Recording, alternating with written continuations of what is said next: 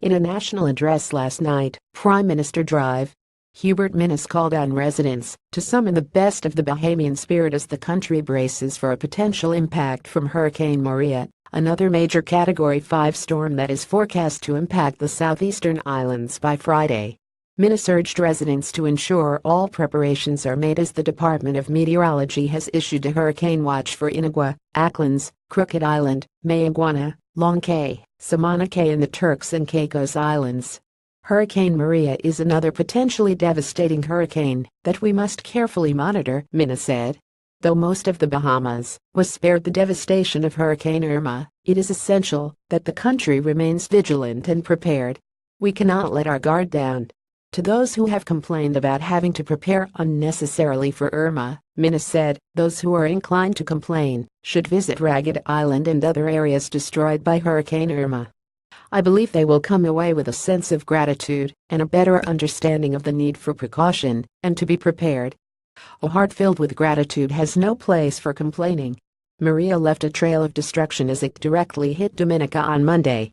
It intensified from a tropical storm to a Category 5 storm in less than 48 hours. Maria was expected to impact the U.S. Virgin Islands last night and Puerto Rico today. The potentially catastrophic storm has sustained winds of 165 miles per hour. As of 5 p.m. yesterday, Maria was 695 miles southeast of Matthewtown, Inagua. The storm was moving west-northwest at 10 miles per hour. Maria is forecast to remain an extremely dangerous Category 4 or 5 hurricane until it moves near or over the U.S. Virgin Islands, according to the Department of Meteorology. Minnis encouraged residents to monitor Maria and its proximity to the island on which they reside. He also said those living in coastal areas must be prepared to relocate.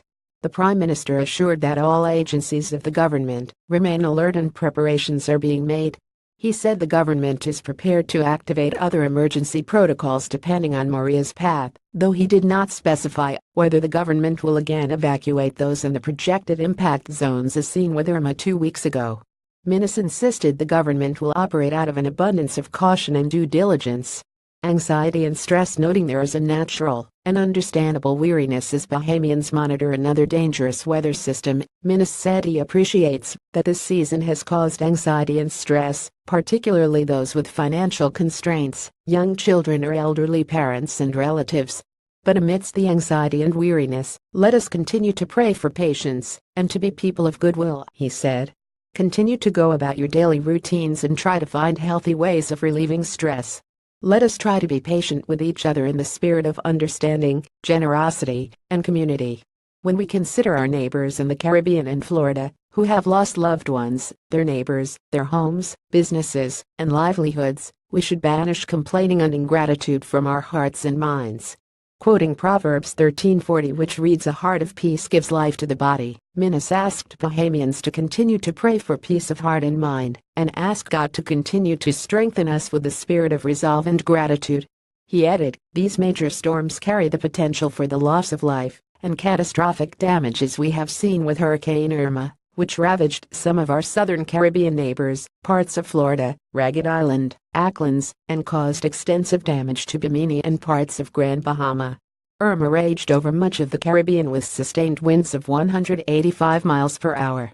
It weaved a destructive path, killing at least 40 people across the Caribbean and United States. As Irma approached the Bahamas, the government evacuated hundreds of residents in the southern islands. Evacuees were sheltered in New Providence, but dozens remained behind. The storm left tens of millions of dollars in damage in its wake. Ragged Island, a small southeastern island, was hardest hit and left uninhabitable. Assessments and recovery efforts are ongoing.